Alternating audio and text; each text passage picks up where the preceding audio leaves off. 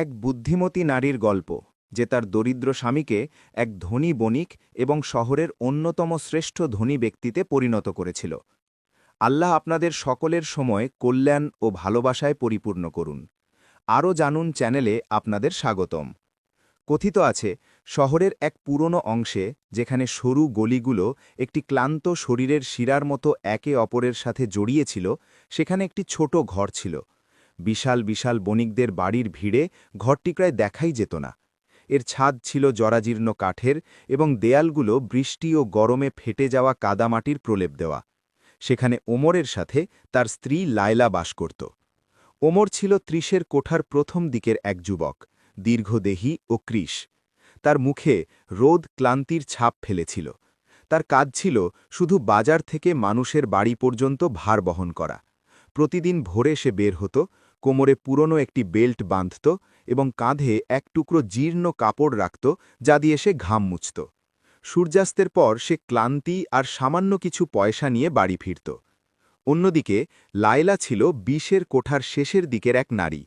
তার চোখ দুটি ছিল কালো, যাতে ছিল তীক্ষ্ণতা ও বুদ্ধিমত্তার ছাপ। তার চেহারায় অভাবের মাঝেও এক ধরনের দৃঢ়তা ফুটে উঠত। সে ঘরের এক কোণে বসে প্রতিবেশীদের ছেঁড়া জামাকাপড় সেলাই করত, যাতে সামান্য কিছু বাড়তি উপার্জন হয় এবং তারা আরও একটি দিন বেঁচে থাকতে পারে। সেদিন সন্ধ্যায় ওমর একটি পুরনো মাদুর বা চাটাইয়ের ওপর বসে দীর্ঘদিনের ক্লান্তির পর জিরিয়ে নিচ্ছিল। তার সামনে ছিল ডাল আর শক্ত রুটির একটি থালা। সে নীরবে ছোট ছোট গ্রাস খাচ্ছিল।